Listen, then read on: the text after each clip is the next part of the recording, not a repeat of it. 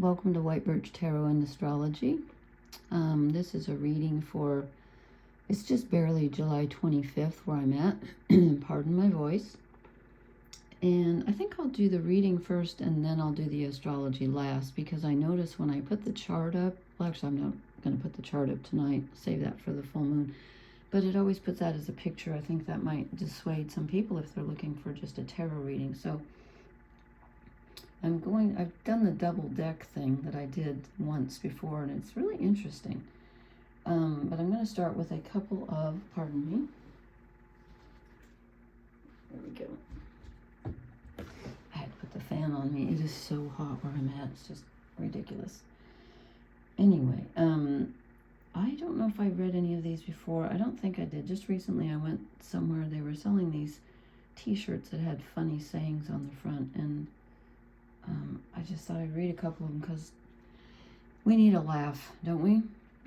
Let's see. This one said, "For once, I would like to spiral into control." Hey, that'd be good.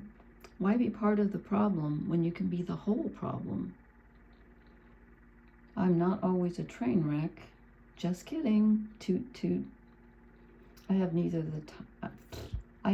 the time nor the crayons to explain this to you. Well, that's really rude. That's a rude one. I have not yet lost my marbles, but there's definitely a hole in the bag. And this is my personal favorite. My spirit animal has rabies. I think I might have said that one the other night. I also like this one. Hang in there, it gets worse. Yeah, that's a good one. Stop hating on lazy people. We didn't even do anything. I feel like I read these before. I hope not. Don't make me smudge you. Okay, that's it. Now I'll remember that I did that. So anyway, so I have pulled, it's dark in here now. Excuse me again. There we go. Sorry about that. I feel a bit discombobulated, even though Mercury has gone direct finally. Okay, so what I did was I did top row, just general life, bottom row, relationships. But I pulled one deck, then I pulled cards from another deck to see how they, it's interesting. Okay, so I started with the Oak, Ash, and Thorn deck, which I've just been loving lately. And we get the Ace of Wands. Here comes a desire. Here comes some fire energy. And we're starting to think about what we want and what we want to manifest, where we want to put our actions. Here comes a desire, okay? And then it's followed by, should I do these together? No, I'll look at them first. Then it's followed by the Star. Okay, here comes a focus. Here comes perhaps some outer direction where we're feeling led. So the direction, the desire has some place to go. We're looking for direction, and I think we find some. Then we get Two of Pentacles, which in this deck is about balancing your responsibilities. Okay, so that's her job here. And we end up with the Queen of Pentacles, where she's done that, where she's in control. She's found a way to be her own authority, and she's got the home and the children, and she's got it all on a very material level.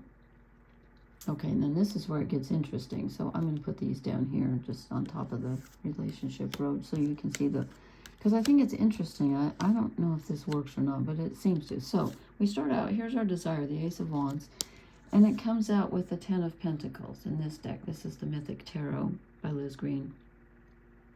So the desire could have something to do with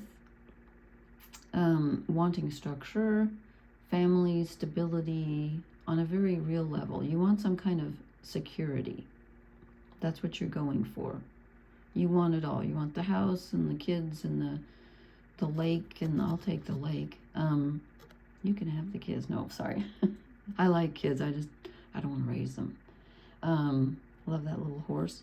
Anyway, so this is an energy about what we're feeling at this time. Okay, and then the direction that comes in the star came out with, well, I drew this afterwards, the Knight of Pentacles. So I feel like this is telling us that the directions, the overarching guidance is telling us that we need to take things slowly, but we need to do things on a material level and be disciplined and patient. We need to move, but we need to move slowly. So the desire comes in quickly, and you know what you want, but it looks to me like the guidance is saying, do it slowly. Okay, and then here's the Two of Pentacles, where I said balancing our responsibilities. That came out with the Three of Pentacles in this deck. So what this is telling me is that you're trying to do too much. You're trying to take on things that you should be being helped with, and that there are others that you can delegate responsibility to, and that this is more of a group effort, but it seems to be landing on you. That's what I get from this, the 2 and the 3 together, okay? And then with the Queen of Pentacles, out came the Hanged Man. And I'm like, okay. So, so she achieves, the Queen of Pentacles is where we achieve our sovereignty.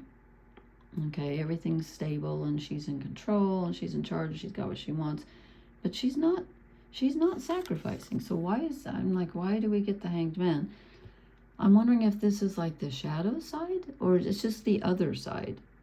I feel like it, because I feel like this was telling us don't do everything by yourself. I feel like there's a cautionary tale there. So, but the Hanged Man it can be about pausing. It doesn't always have to be about sacrifice. It can be about taking a pause and looking at things from another direction, another viewpoint. So I'm saying with the Queen of Pentacles, I feel like it'll probably hit me later, an hour later, I'll be like, oh yeah. I don't think it's saying to sacrifice yourself, because I don't feel that at all here. I feel just the opposite.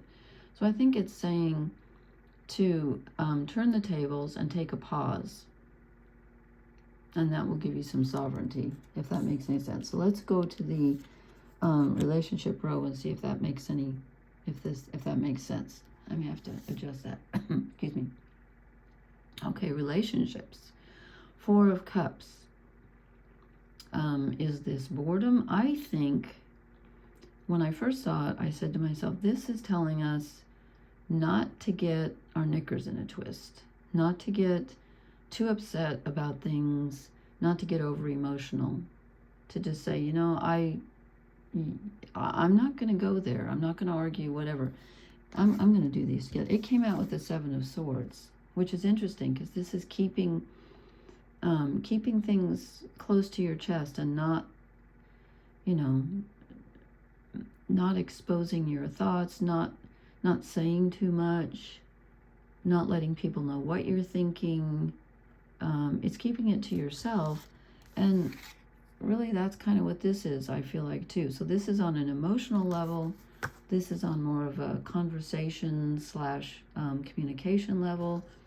It's not letting people know how you think or feel right now about, could be friend relationships, could be romantic, could be family, whatever. There's a keeping quiet here. Okay, and then I drew the Lovers. Well, that makes sense because it's the relationship row. Does this mean it has to be romantic? Not necessarily, because this is also the choice. In this deck, let me look at I think in this deck they do call it commitment. Let me just check. Where's the Lovers? Yeah, they call this commitment, love, and unity. This comes out with the Queen of Pentacles. Again, here's the Queen of Pentacles again. So this is definitely us being in our power in a very physical way, and in a material way. Keeping your money to yourself, maybe, keeping your resources. She's got everything she needs, and she wants it that way. You know, she's enjoying it. And I think that's the choice.